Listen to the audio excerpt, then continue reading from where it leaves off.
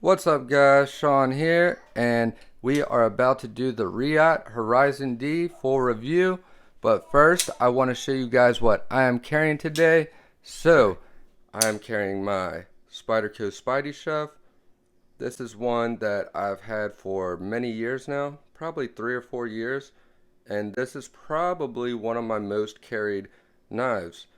I got this one when my collection was much smaller, so this one definitely got a lot more pocket time than some of my newer ones because I had less knives to rotate through.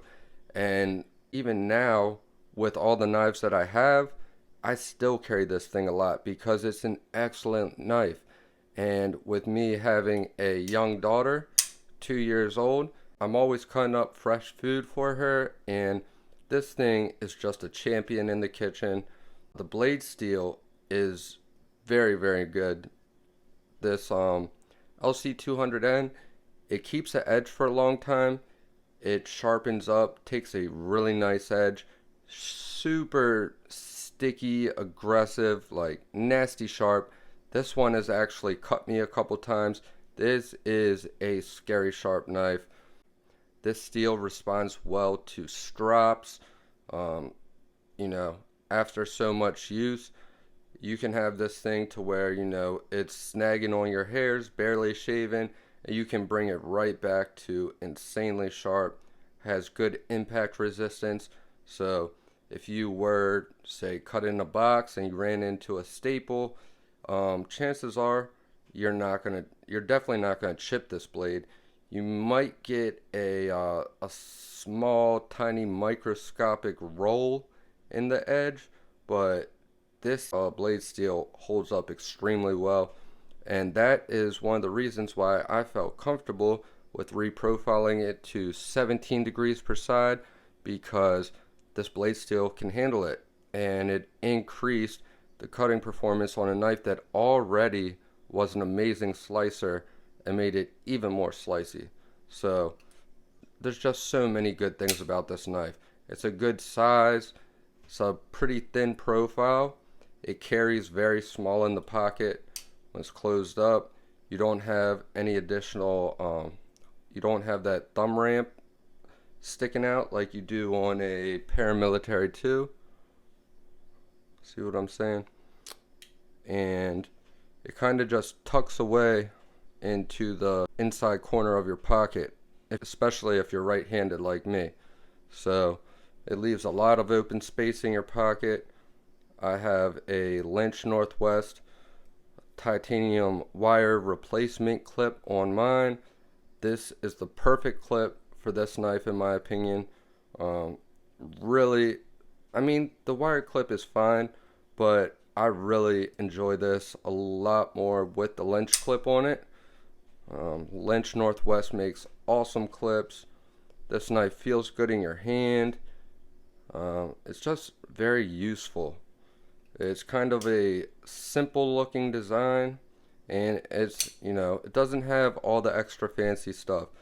No lock bar insert, no over travel stop, no bearings, no backspacer, no, extra flashiness. Just simple, straightforward design that it's just designed to work and be reliable, and it doesn't have anything extra that can go wrong with it really. One of the best things about using this knife in the kitchen is that it's so easy to clean. You just run it under the water with dish soap, whatever, use a sponge, scrub the blade, scrub whatever, and just rinse it all out with water, and that's it. You don't have to worry about water inside of it, because this blade steel is pretty much rust proof. Pretty sure this is one of the most corrosion resistant steels in existence.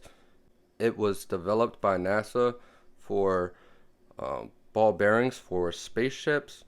So really interesting stuff. Awesome knife. Very useful. Very functional. And it is great at being a knife. So I love this knife. And then, Sorry for the long-winded intro, but I have two really awesome knives, and this is my custom Benchmade BUGOUT. Now, I gotta say, first off, I am not really much of a Benchmade fan because I've had a lot of quality control issues with their knives, okay? And the Omega springs have broken on every single Benchmade I've ever had that had an axis lock. So I've made my own Omega springs with memory wire, and since then I haven't had any issues. So that's a good thing. Um, Unfortunately, Benchmade will not send you out replacement Omega springs. They require you to send the knife into them because they don't think you are capable enough adult to disassemble your knife on your own and replace the springs. So in my opinion, them. I mean, that's just how I feel about it. I really don't have respect for knife companies that uh, discourage their customers from disassembling their knives and stuff like that. Um, I think companies should, there's so much fun and enjoyment in this hobby to be had from, disassembling and maintaining your knives, disassembling them to replace some of the factory parts with custom aftermarket parts and making it your own. There's a lot of aspects of this hobby that involve disassembling a knife. So for them to discourage it and even threaten to void your warranty for disassembling it, I think is quite foolish in my opinion. You guys don't have to agree. This is all just my opinions.